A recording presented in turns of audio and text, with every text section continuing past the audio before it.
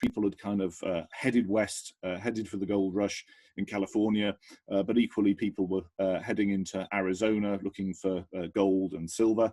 And then that was followed by a real boom in ranching in livestock production in the 1870s and 80s.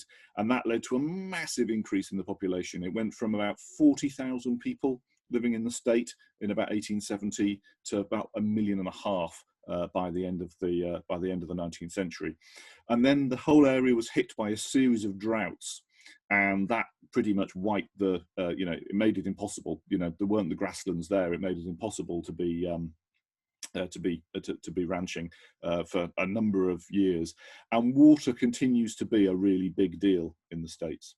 As I say, people have lived in this area for far longer than the white man. The whole area, a big chunk of Arizona, is reservations of the Apache and the Navajo, and I'll come back to that a bit in a minute.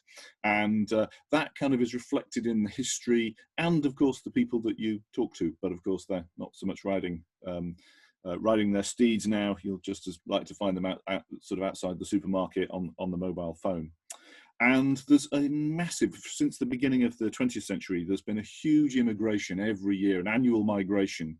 The birds head south in the autumn, and then the people follow them shortly afterwards. So what is known as snowbirds, so people from the northern states, retirees in the main, don't fancy the grey and the snow and the slush of winter, and they head down to Arizona because, of course, it has a very temperate climate through the winter. And they in Yuma, you can stay at a hotel where it's free board every day that the sun doesn't shine.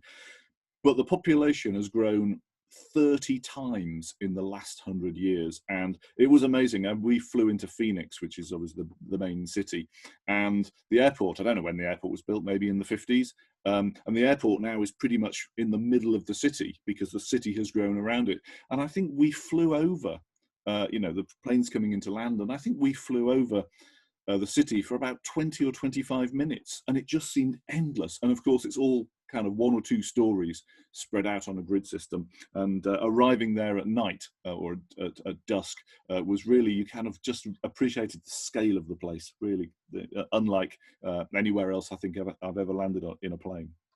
So that's a little bit of background. That's sort of Phoenix, not my shot, but that's kind of the lots and the lots and the houses of Phoenix. You can see there's very little green, and until you get down to the south and into the mountains, there's very little green in any of these photos. This is desert country, and the birds there reflect that. It is a desert land, and the scenery is absolutely spectacular. There is no filter on that photo. That is what it looks like when you get the light right. Just absolutely brilliant place. So heading first then to Monument Valley. It's a place I'd always wanted to go. I remember a mate of mine went probably now 25 years ago, and I remember him coming back with photos of the place, and I thought, I really want to go there one day. So even though it was a bit of a drive away from the main birding places, because we didn't get there for the birding so much, it was just a great place to visit. And what is great, it's actually on a Monument Valley. The images are world famous. It's actually part of a Navajo reservation, and the Navajo, fair play, they're making some money out of the people who want to come and visit. This is the only accommodation you can stay in on the reservation. Bit ugly, you have to admit, but it blends in reasonably well with the scenery, and the views from the windows, from the balconies, are absolutely fantastic. And there are birds, of course, and it was great to get straight into some birding and start to see some things that I'd never seen before. Birds like black-throated sparrow was one of the early ones, and they're kind of everywhere, just on the vegetation and on the fence lines around the reservation. And on the morning after we got there, we kind of, by the time we'd driven up there, it was getting into the late afternoon, and we went for a drive, got up early, went for a drive around the place, and just some stunning images, some stunning scenery, should I say. I realised first place, you know, I've been used to seeing yucca in people's gardens, and what I never really thought about where they grow wild, and you can see in the photo there's quite a few yuccas sticking out there. And so I bumped into somebody who was kind of staring intently into the petals of one of these. We didn't see very many people that morning, and I didn't see anybody else doing anything to do with nature, but he was staring intently, and I obviously being nosy, I wondered what he was doing. And he told me, I didn't actually see this for myself, but he told me that what he was looking for, and there is a moth, and it's a yucca moth, and there's a brilliant codependence between this tiny little white moth and the yucca plants. So the female, or the yucca males and females mate. The male dies pretty much straight away, and the female flies into a yucca plant and catches. It doesn't sort of sweeps the pollen under. Sort of, she has mandibles, I suppose you could describe them.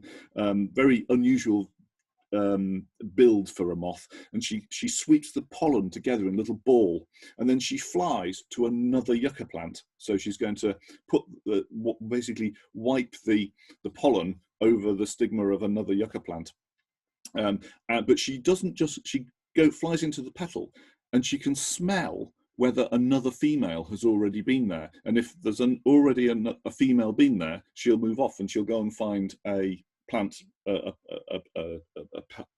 petals that haven't been, the pollen hasn't already been fertilized. So she finds one that she finds the right one where a female hasn't already been, and she dusts the pollen all over the stigma of the plant, so the plant's got what it wants out of the moth, and then she'll lay her eggs there, and then when the eggs hatch, when the yucca moth eggs hatch, then they will feed on the fruit that has in the meantime grown as a result of the pollination that their mum did, which is just an amazing piece of kind of symbiosis, an absolute reliance on them. That the yucca moth cannot live in any other plant, and the yucca flower wouldn't exist without the moth.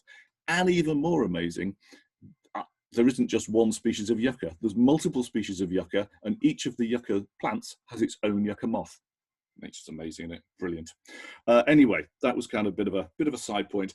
The scenery is amazing. It's a really incredible place. If you're a fan of westerns, you might recognise that as John Ford Point, where he kind of what's his name? John Wayne rears up on the back of his horse on that little plateau of rock, and there's there's not a huge number of birds out there, but what we did see was quite a few violet green swallows, and they were flying around. They were going in and they were nesting. They were building their nests on the underneath of some of the overhangs of the mesas and the butts. And the mesas and the butts are these amazing rock formations that have been formed out of years of weathering and the different strata. And I know there are people like Gary and Richard who know this stuff much better than I do, so I'm not going to talk too much about geology because I'm going to embarrass myself because I just don't know. But that was the view from our hotel balcony, and what a place to watch! What a place to watch the sunrise! Absolutely brilliant. So, having done the touristy bits, because we had to go there, really wanted to go there, we took the road down towards the Grand Canyon. That's where we're heading off now, and across the Painted Desert, just outside a place called Tuba City. And the roads are long and definitely not winding. Things just plough straight across the desert. And of course, you can actually go for quite long periods without seeing very many people and other vehicles on the more minor roads. But in this case, it's quite a busy road, so we saw quite a few people as we went along. Wherever there was water, and frankly there wasn't a lot, this was April we were there, I only saw one pool. In 100 miles of driving I saw one pool, and of course where you've got water then the birds will arrive, and it's only a little farm puddle really, and there was some white-faced ibises, and I think the only snowy egret of the whole trip that we saw was there. And yeah, it's called the Painted Desert because it has where the rock has weathered away, you can see all the different coloured strata. So there's limestones and mudstones and siltstones and layers of volcanic ash and shale and iron and manganese. And this photo, frankly, doesn't do it justice, because unfortunately it was one of the few days it wasn't really sunny as we drove down. But I'd imagine if you saw that just as the sun was setting, the colours would be really rich, absolutely amazing. And we're going to take another little diversion here, because as we were driving along, I just saw this little sign at the side, well, quite a big sign, but rather scruffy sign. It just said "Dinosaur Tracks, turn now." And thankfully I did, because actually it turned out to be one of the most surprising and amazing bits of the trip that wasn't about the birds. And what it is the bed of an old lake called Moinkapi, and there was a Navajo Indian guide who would just take you round and show you as part of the reservation. And these are the vertebrae of Tyrannosaurus rex, and those are the droppings of Tyrannosaurus rex. Pretty amazing.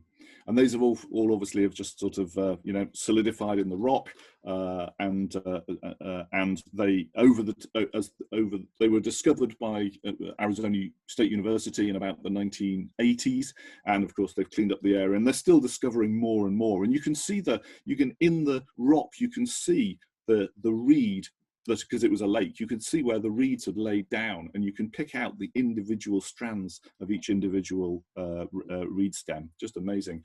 These are this is the footsteps of a pterosaur taking off. So you can see bounce, bounce, bounce, and into the air it goes. And this is the footprint of I had to write this down because I couldn't remember. It's a Dilophosaurus. It's a two-crested lizard, and I put the rental car keys down there just to kind of give you a bit of an indication of the size of the thing. The water is there, just squirted in there by the guide, just so that you can it picks it out in the pale rock a little more evidently. And obviously these dinosaurs all died in situ when there was a big meteor, not the big meteor that actually wiped out the dinosaurs, but one much closer to home, and I'll come back to that. But that's what the fried egg of a dinosaur looks like when it's been very much fried by the heat from a meteor landing only about 150 miles away. And the absolutely outstanding one is it's picked out, because it's not easy to see otherwise. It's picked out amongst the rocks, but that's the footprint of a Tyrannosaurus rex. And again, my car keys in the middle, just to get an idea of the scale. And the last of these, just because I took loads of pictures, you couldn't not. Even that's the claw that was on the pterosaur's wing, and ringers will note, that's basically what is now the carpal joint on modern day birds. So a connection right there in the rocks to the birds we were going to be seeing later on our trip. So we carried on. The dinosaurs are about there, just outside Tuba City, and then we carried on west, heading for the Grand Canyon. And again, we were tourists; you kind of have to do that. And this is sort of on the approach, and you think, well, that's quite big, that's quite impressive. Yeah, that's quite, some got big rocks there, big hole in the ground. Yeah, that's, this isn't the Grand Canyon. This is the Little Canyon. But even here, we were starting to pick up some different birds that we'd found just across on the other side of the state. So just along the roadside, little birds in the mesquite, in the bush, like blue-grey gnatcatcher and Scott's oriole, quite abundant and quite noisy.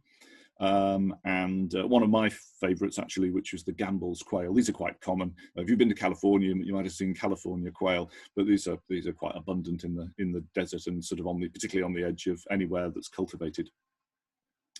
And of course, you expect to see roadrunners. I never managed to get a photo. They really are a bit too fast. So thank you to Christopher Schwartz for letting me use one of his. And I didn't see one quite this well. They're normally off in the distance, as you're driving along. And they don't go beep beep, which I was deeply disappointed by. And then you get to the Grand Canyon, and then you just start to appreciate the scale of it. I'm sure probably several of you on the call tonight have been there. And the distances are vast, and I think you don't really realize, you cannot comprehend the size and the scale of the landscape that's in front of you. It's 18 miles across to the other side from where we were. So if you were sitting in Bangor tonight, 18 miles is, the other side would be Valley on Anglesey, or Betws-y-Coed if you were going inland. Just gives you an idea, and that's what you're looking at. That flat-topped ridge on the other in the background, that is the other side, and it's a mile deep. And what really brought this home to me was that we were stood on this little rocky outcrop, and there was a turkey vulture, which is kind of what, about buzzard size, I guess, a turkey vulture. Again, if you've been to the States, you'll know. It's the one that kind of appears in all the cowboy films.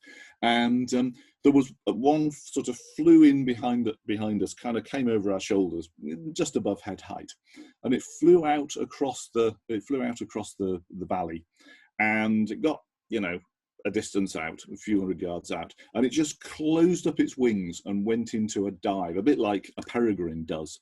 And it closed its wings, and I followed it in the binoculars, and I followed it all the way down and all the way down, and I lost it. It just went beyond the point of infinity, and it was at that point it was still dropping into the canyon. And then that's when you thought, yeah, that is deep. So, and that actually makes the kind of close-up pictures of the river at the bottom rather murky, because actually you're kind of on full zoom, and that's looking right down into the bottom of the canyon. I'm sure you've probably seen people kind of go, hiking down there, which is quite dangerous. You have to know what you're doing, or people who are canoeing along the river. Up on the edge, up on the top, the predominant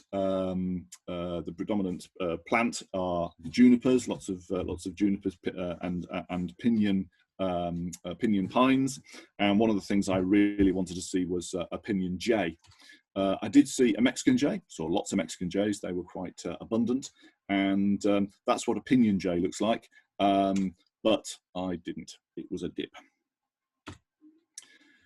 Some fantastic flowers starting to emerge. As I say, it was kind of springtime, and the snow is only just melting. In fact, the first day we were there, I could see snow on the north side in the distance, and it wasn't even yet open to visitors, the north side of the park. You can only visit from sort of mid-May to middle of September. But on the south side, it's open all year round. It was pretty cold at night. And the first morning, actually, we couldn't see a thing because there was thick fog. We actually gave up. We went back to the hotel and got some breakfast, because our ideas of having Grand Canyon at sunrise quickly went out of the window.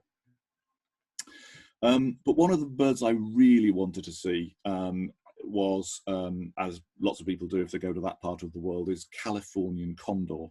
And we'd walked several miles along the ridge, along the edge of the Grand Canyon, walking west from the kind of main visitor center.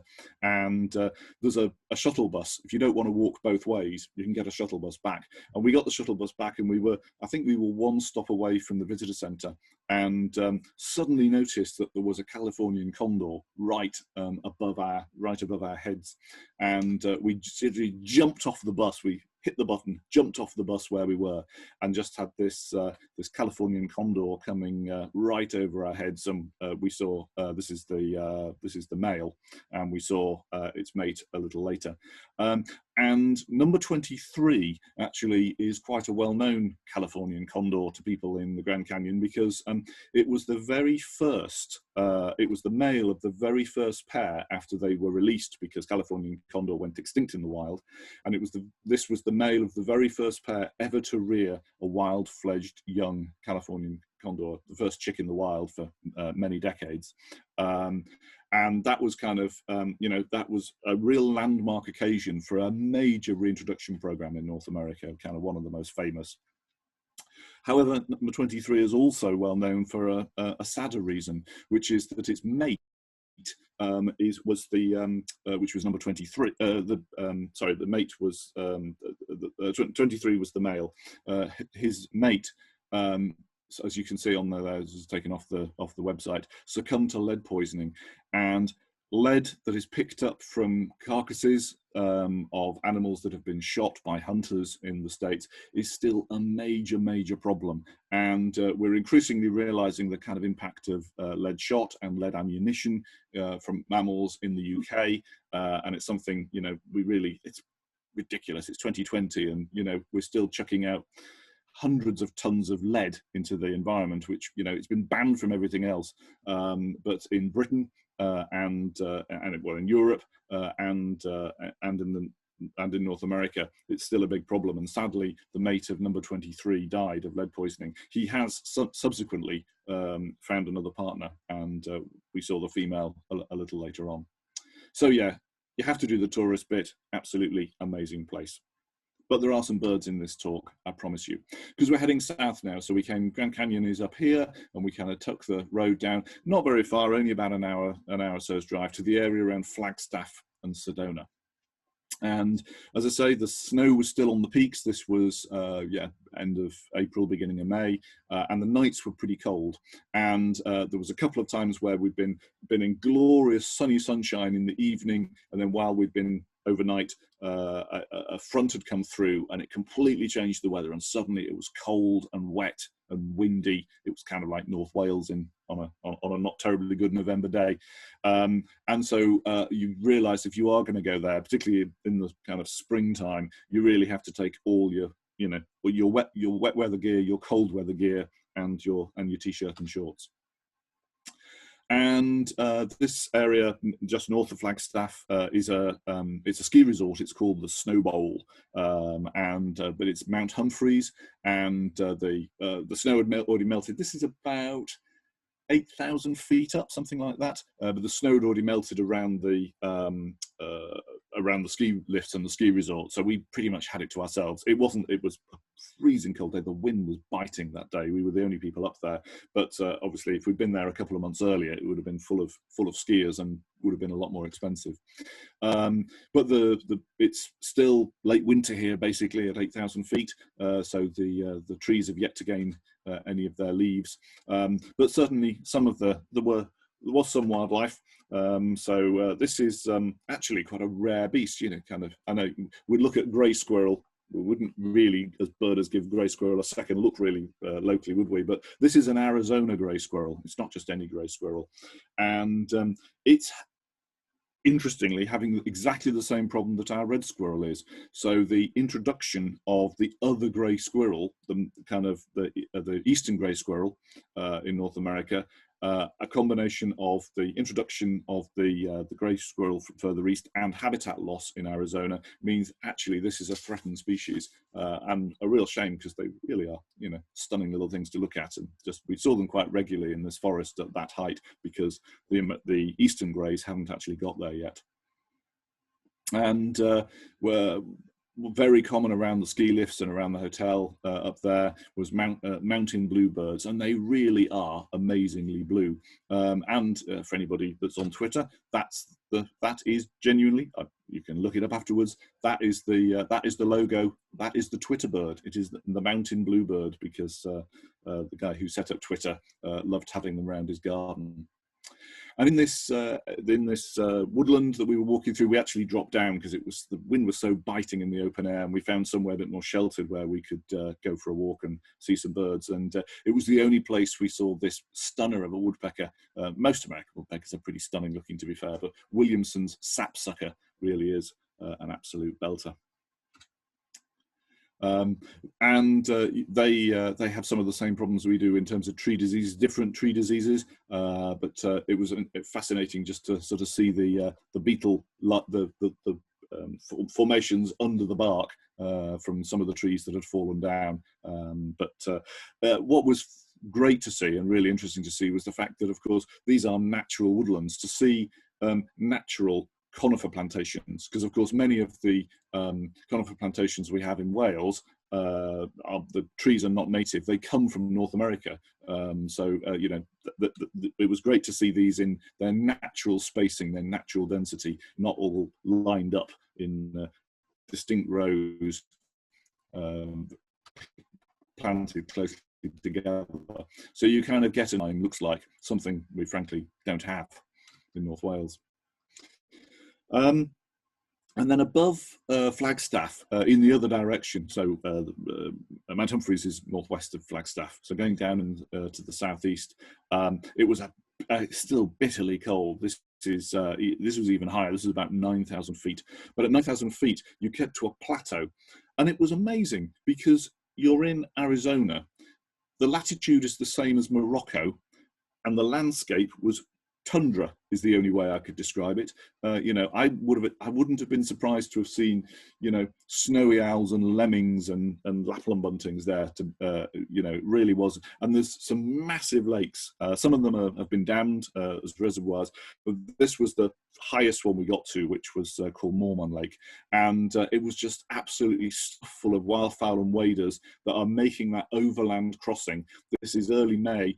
So there's still migrants heading for Canada because, of course, further north, the snow hasn't cleared yet. So these birds are heading out of the Caribbean and out of South America and heading north. And they were really distant. It was a scope job, so I haven't got any photos of them that I took myself. And the weather, I kept having to dive back into the car because it may be May, but it was a bit hostile out there. Around the edges of the lakes, because there's so much food to eat, so many ducks in particular, and some of the geese. There was some lots of bald eagles, particularly immature sub-adult ones, and I suspect this is an area.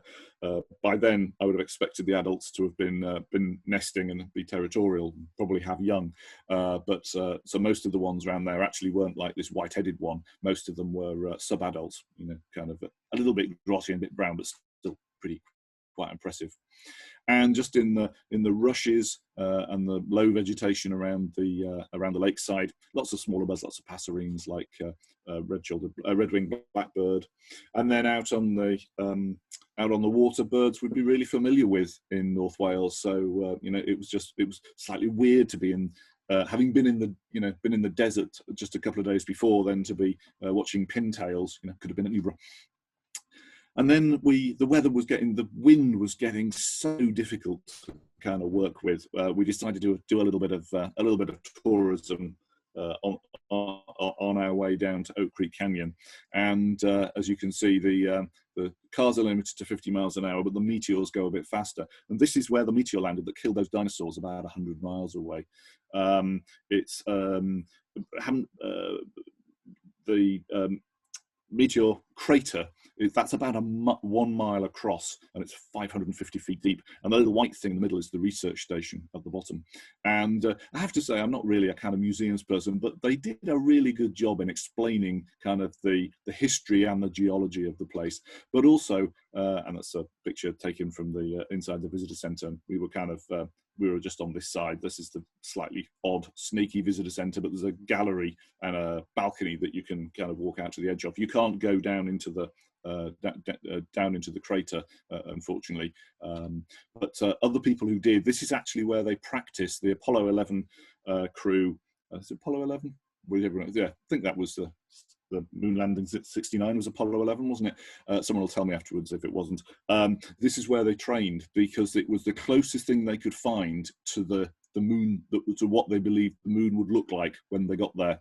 So there's all sorts of bits and pieces and detritus of things that they used for the training in the summer of 68 and 69 before the moon landings. So it's just a little bit of interesting diversion and history. But we were heading a little bit further south, down to the town of Sedona and somewhere called Oak Creek Canyon. And again, you can see the kind of natural, the natural conifer vegetation there. Lots of junipers again amongst them. And again, forest clearings, and I sort of, it just reminded me of parts of Norway and Sweden. I just kind of couldn't get my head around the fact I was actually so far south. Lovely little bird, juniper titmouse, one of the real specialists of the conifer or the juniper trees, just in that part of, mainly in that part of Arizona. And we found a nest very close because everything was still quite open. The vegetation was still quite open. I guess it fries come July and August. I don't think I'd really want to be there then, and the birds would have been much harder to find. But it's the midst of the breeding season, so they were back into with food to take into their chicks. And down along the rivers, down along the Down along the bottom of the gullies and the valleys were lots of wonderful birds that were obviously they'd come down to the water because you know, apart from the melt, there's lots of the ice melt is there, but there isn't a lot of standing water. So if they want to get a drink, they have to come down to the running water. So things like summer tanager. Everybody, I'm sure many people will know that Britain's only summer tanager was on Bardsey in 1957. I've only ever seen a black and white photo of the Bardsey one. That's what they look like when they're in colour. Pretty stunning. Black phoebe, very common, very abundant around those, just around those fast-flowing streams. And one of my favourites, which was painted redstart. This isn't a brilliant photo, actually. I found it really difficult to get a photo. They were always on the move. It's quite dark under the trees along some of these, in some of these gullies, and I just couldn't work out how to manage to get a decent picture, you know, with its eye glistening, because it's all lost amongst the black feathers. It's not a great photo, but it's a lovely little bird. And of course, the scenery in there, when you get your head out of the trees, continues to be stunning. It's the kind of the red rock town, and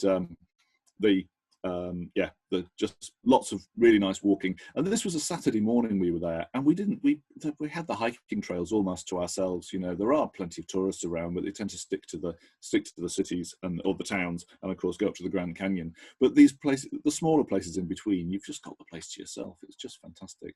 Some amazing flowers. No idea what this is. I kind of normally do these talks to rely on Nigel telling me afterwards. And a few hummingbirds as well. Not as many as we would hope to see further south, but Anna's hummingbird. And again, it was just great to find a nest just clinging to a little pocket of mud and feathers and spit, just sort of attached to the branch of a tree. And you kind of think, yeah, there's probably, you know, I don't know whether she was on eggs or chicks, probably eggs, but there's probably, you know, 4 or 5 eggs in that little tiny little pot attached to the tree. Few other birds just to kind of continue to bring a bit more colour in. Vermilion flycatcher. These are stunning because you just spot them even when you're driving. You know, you can spot. They're so bright red that they just stand out sitting on a branch or a fence line as you're driving around. And we were at one. I was really keen to start to see some of the North American warblers because they're legendary, aren't they? And in the spring in Arizona, you don't kind of get the massive falls like you do on the Texas coast that you get it at other times of year. But these were birds that were filtering through, and many of them already on their breeding habitat, and quite a special species like Grace's warbler. And in the air above, flying on the thermals above the mesas, was the things like zone-tailed hawk. So that was a kind of bit of a look round the area to the north, around Flagstaff, and then we took a day's drive. It took about a day to drive the length of the state down through Phoenix, down through Tucson, and then we were going to end up in these 2 areas down to the south on the border. And on the way down, there was a couple of sites we wanted to stop at, and one of them was kind of bizarre, really. I don't know if anybody remembers a few years ago, the Channel 4 ident, I think it was Channel 4 ident, was this sort of weird thing with lots of basically a car park for planes. It's where planes go to die, and you kind of really realise the size of the aviation industry when you realise that they can't get rid of them fast enough. So they just park them on old military runways out in the desert, and then slowly take them apart and recycle the parts. And so this was a place called Penal, and quite close by. We drove past it on the way to a place I really wanted to go, which is, as Nigel mentioned at the beginning, the Saguaro National Park. This is just outside Tucson, and it was actually one of the best places we saw. These amazing cacti, and also the other brush scrub that you find amongst them, some of which was coming out into flower just while we were there. And I think we caught it really nicely in terms of the timing of our visit. And there are things that are feeding around the cacti, but also nesting in the cacti. So there's not many things can do that, but the things like the Gila woodpecker do that, and also the gilded flicker. I'd have loved to have taken that shot, but you can kind of see that obviously the cacti are hollow. So once they've drilled through, Not quite sure. It must be. I think they're in sections, so there's a little bit of a drop, and there's a ledge on which they can build their nest and lay their eggs. So wonderful to see. There was other birds in there as well, like verdin. I think that's how you pronounce it. I'm not quite sure. That was the only place we saw it. Really, was just around those saguaro cacti, and quite a lot in the desert. Quite a few. Things like ground squirrels and prairie dogs. This is Gunnarson's prairie dog that we saw. They pop up out, sort of surprise, and then duck back down. Quite comical, really. This is one of the ground squirrels. This is Harris's ground squirrel. So yeah, lots of mammals that you'd see around there. Other birds around the cacti, not surprising. Cactus wren, again, a real specialist of the area. And yeah, you have to be quite careful as you walk along, or you scratch yourself, or get your clothes caught up on the cacti. So yeah, really stunning. Cacti. I mean, not that I know a lot about them, but to see the variety there just was, dozens and dozens of different types of species was fantastic. And it's been inhabited for a long time. These are petroglyphs from the Hohokam people. And these date between 200 and 1400 AD. So, long before modern America, people were doing a bit of graffiti on the rocks. As well as wanting to see pinyon jay, I really wanted to see a rattlesnake. I didn't want to see one too well, but I wanted to see a rattlesnake. But I didn't, because actually you go to these places and you don't see snakes very often. So we observed the signs, but we didn't actually see the beasts. So that was a little side trip. That's kind of that little bit we jumped off there, off the main road around Tucson. And then we headed down to the borderlands. And this is an area that actually, I couldn't find any trip reports about this. This is the Buenos Aires National Wildlife Park. What's it called? NWP. And I couldn't find any birders who'd been there. And I realised why when I tried to find some accommodation, because there was nowhere to stay. And actually, eventually, we found somewhere on Airbnb. And we just had a couple of nights there. But it was great because you almost felt like it was a little bit pioneering, because yeah, it's a nature reserve. It's huge. We spent a Sunday there and we didn't see another person all day. And we could drive around, and we drove around quite extensively, and we didn't see a single other person. The mountains in the background are actually in Mexico, so the borderline is somewhere between where I'm standing and the horizon. And the scenery, again, still stunning, not quite as impressive as the stuff in the north, but still quite nice. And some really interesting birds. This was just in the garden of the Airbnb that we found. This is a Bullock's oriole, and we just spent a day around the National Wildfowl Refuge. That's what I was thinking of, and just spent the day around there, and driving in the grasslands, because it is extensive grassland, and it sang to the sound of the eastern meadowlarks, which really are just stunning. I haven't seen eastern meadowlark before. There's a South American equivalent, which is bright red, but it was just wonderful to see and hear. And there was lots of deer, lots of mule deer. Around the only bits of woodland are just around where the water is, where the streams and the rivers are, and that's where the deer hang out, because everything else is pretty hostile to them. And also around the woodlands you find things like ladder-backed woodpecker. Again, it's not my photo, some stunning pictures. And in the canyons, there's a few specialist species, some of which people will drive across America to see. Canyon towhee is actually relatively common, but fairly localized for this part of Arizona. And all over the place was Chihuahuan ravens, quite a big beast. The thing I hadn't really thought about seeing was what we call shorelarks, the North American race, the horned lark. But they are so common because, of course, they're a grassland species, and I hadn't really thought about that before. I just hadn't really expected to see them.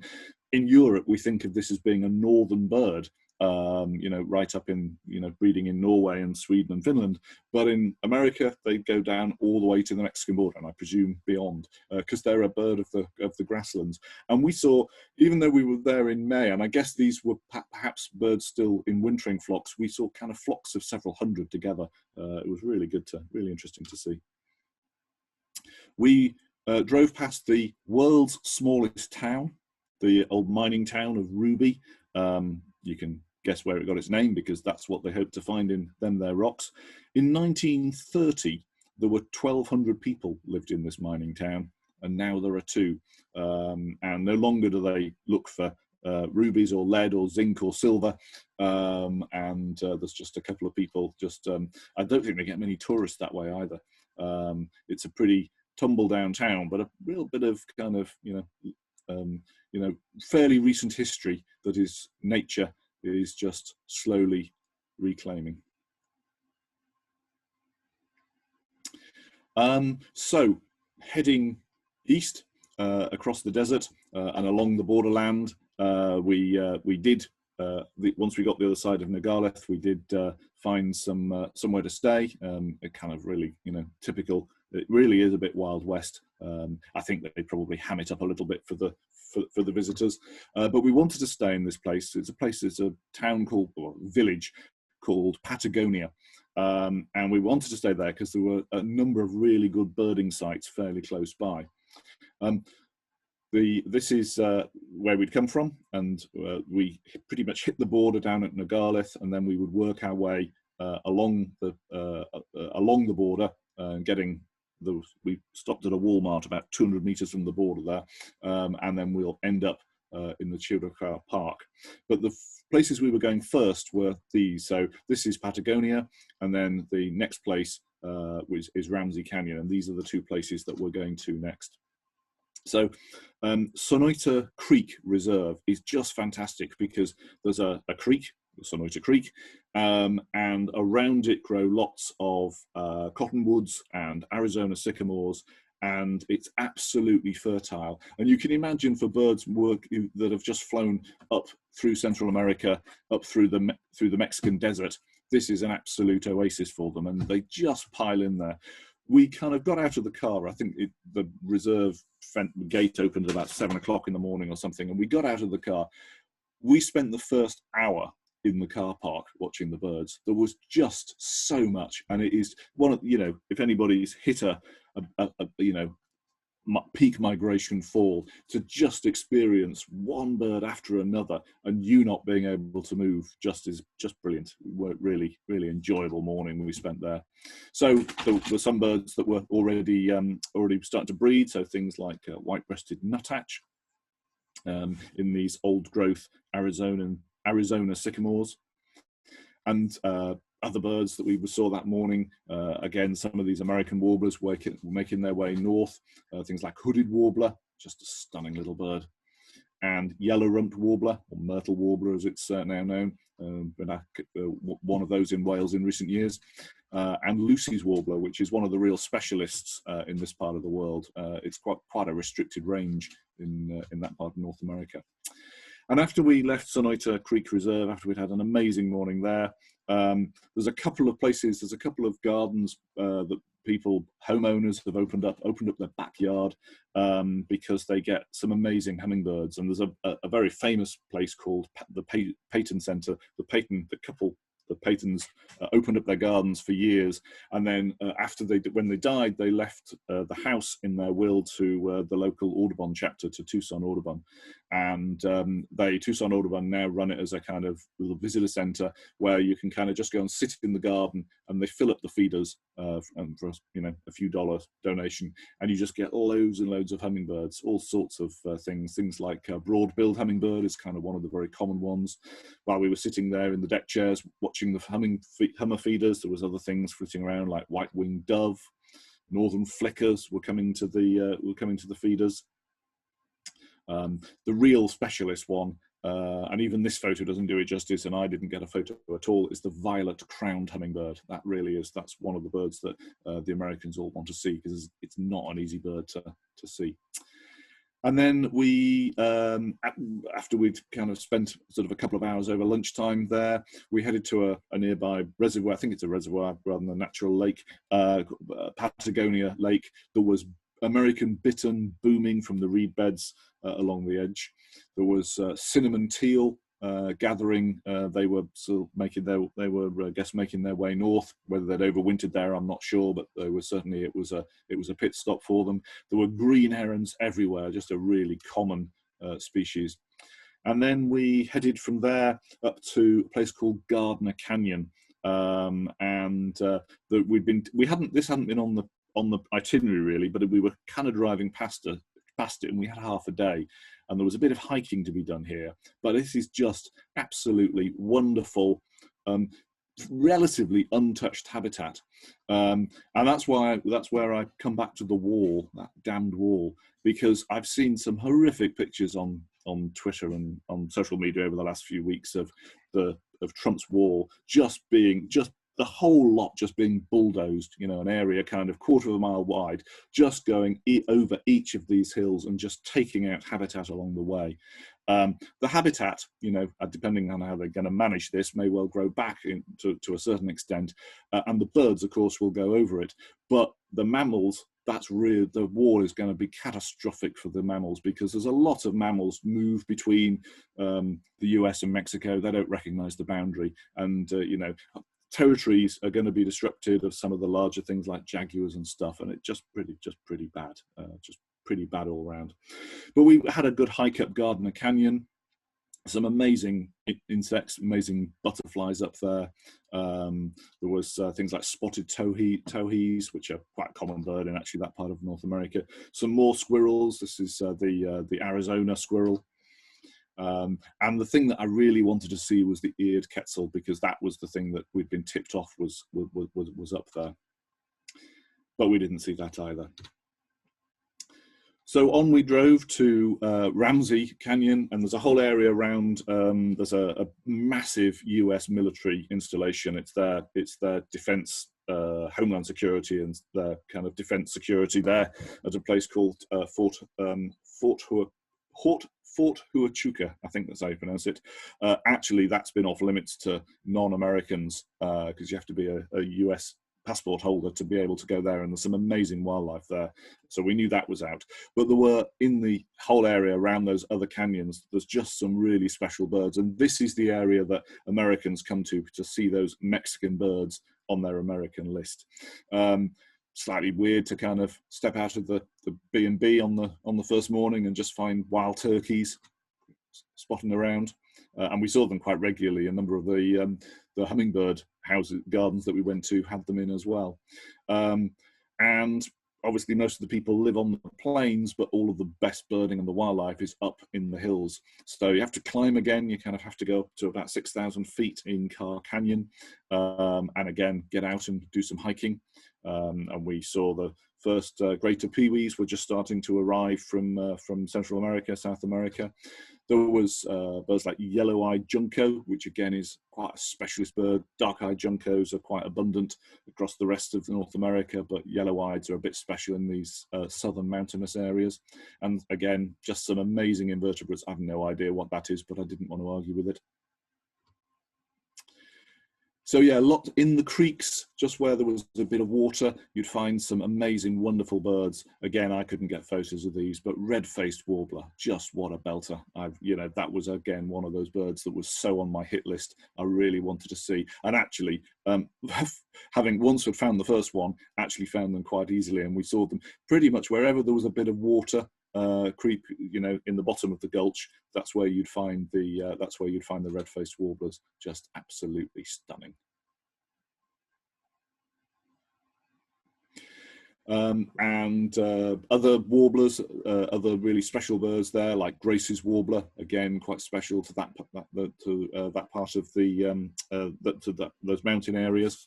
And there's an endemic woodpecker, the Arizona woodpecker, which actually again is relatively common, relatively abundant. You have to have your wits about you, follow the rules as far as bears are concerned, but of course we didn't see those either, like rattlesnakes and pinyon jays. But I did approve of the parking information at some of the parking lots at some of the houses. I think at the time I threatened to get a job lot and bring them back to Conwy, but I didn't do that. In some of these houses in these backyards that we saw lots of birds. This was at Ash Canyon. There's a private house, just a few trees in the garden. They put out some fruit. They put out some sugar water for the hummingbirds, and you get things like Scots oriole coming in regularly to the garden. Curve-billed thrasher. There's a number of thrasher species like Bendire thrashers as well. This was the curve-billed. Gilded flicker again, just coming down onto the suet balls. I'd be quite happy if I had that on the suet balls in the garden here. And acorn woodpecker, which I think is probably my favourite North American woodpecker, because they just look shocked all the time, don't they? They have this look of surprise, you know, as they face each other on that suet feeder. And the real speciality at this particular place at Ash Canyon is the Lucifer hummingbird. And we waited probably 3 or 4 hours before we actually saw it, but you can see why it was worth waiting for. Absolute belter. One of the few places in North America you can see that one. And white-eared hummingbird is also quite a special bird. I've seen some similar looking hummingbirds in Central and South America, but so to find something like this so far north is pretty good. Again, very localized. And yeah, other birds just coming down into the woodlands around Ramsey Canyon, which is where we were staying. Things like bridal titmouse, which kind of does look a bit like a crested tit, doesn't it? You can see divergent evolution there. And up Ramsey Canyon, where you could get above the tree lines, you saw lots and lots of birds sweeping in low over your head and into the rocks above you, and they're white-throated swifts. Again, another really stonking looking bird. And then from there, that's that area that we visited around there. We kind of took another half-day's drive through Bisbee and Douglas and right out into the wilds. And once we were past Douglas, I'm glad we stopped at a Walmart in Douglas, and it's a good thing we did, because there was nothing, no shop, there was no store, and we were heading up into this area of the mountains. A little bit more history as we went along. Oh, I'll come to that in a moment. As you say, driving along the border, you know, the kind of border patrol are everywhere. There's helicopters overhead all the time, and you do kind of wonder what all that is having impact on the kind of the wildlife there. But it's a big area, and it is pretty remote. And the bit of history that we came across, this little stone pillar, fairly nondescript until you read the plaque, and that was where Geronimo died. Sorry, not died. Where Geronimo was captured in 1886, the last Native American warrior to surrender to the U.S. military. His family was murdered by the soldiers. He prevented the settlement of the Europeans into southern Arizona for about 30 years. He managed to hold them off, but he was put on trial. He was put to work as a prisoner of war and died, I think, in Minnesota in 1909. So kind of, it just, when you've come across this, you know, you've heard of Geronimo, don't necessarily from here know much about him. You just read the plaque, and it's kind of rather sobering and rather sad. So driving up along to the Chiniquah National Monument. Again, the scale of the place. This is a chasm that's 2,000 feet deep, formed of these pillars of volcanic ash from an eruption 27 million years ago. And not a huge number of birds there, but it was just amazing to be in that kind of landscape, because the scale is just phenomenal. And then you're kind of scanning with your binoculars, and you just see little American kestrel, just a little dot in the distance on the top of one of the rocks. And I'm sure there's lots of small birds down the bottom of the valley, and doubtless some small mammals for them to feed on too. And then we were heading towards the end of the trip now, into the New Mexico borderlands, right on the New Mexico border, a place called Rodeo. And again, not many accommodation options. There was basically one place to stay, and it was actually very nice. And we hit it just really as the place really started to bloom. I guess they'd maybe had some rain sort of that winter. This is now kind of about the middle of May, and the flowers are starting to boom. I got up one morning, went for an early morning drive. Frankly, after about 8 o'clock, there wasn't much point in being in the plains because it was too hot and there were no birds. But there was coyotes, sort of coyote just stepping out, treading its way across the grassland. Lark bunting. Is it a lark? Is it a bunting? Well, it's kind of somewhere between the two, clinging to a bit of barbed wire fence just by the side of the road.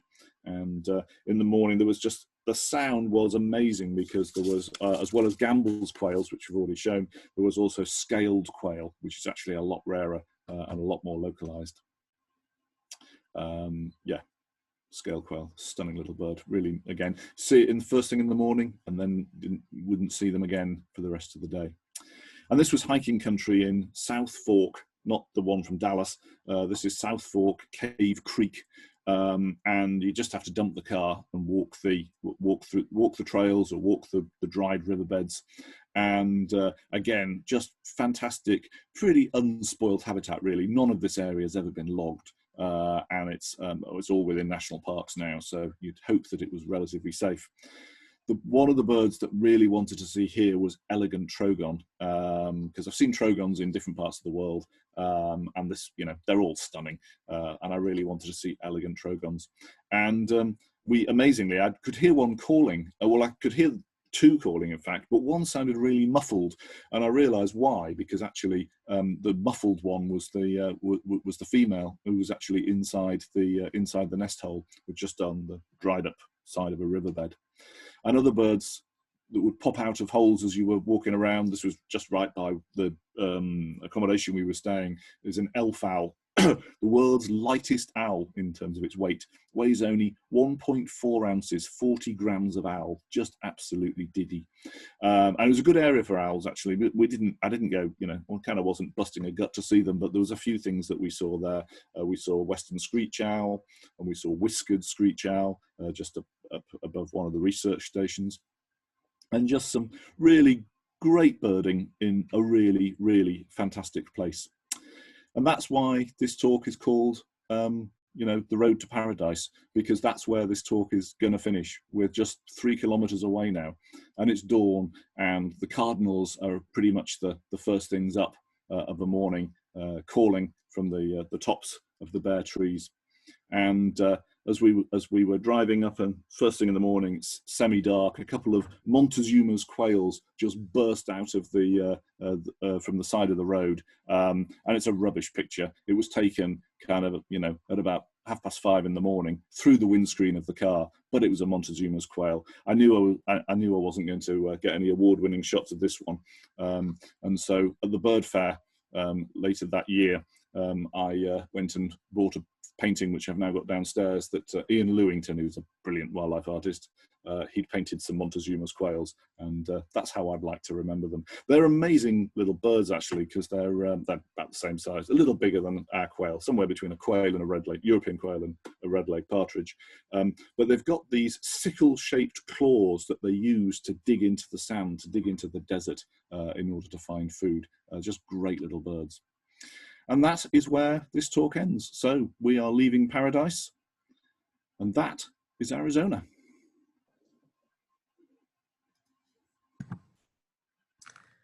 Great, thank you very much, Julian. I'm just going to stop the recording.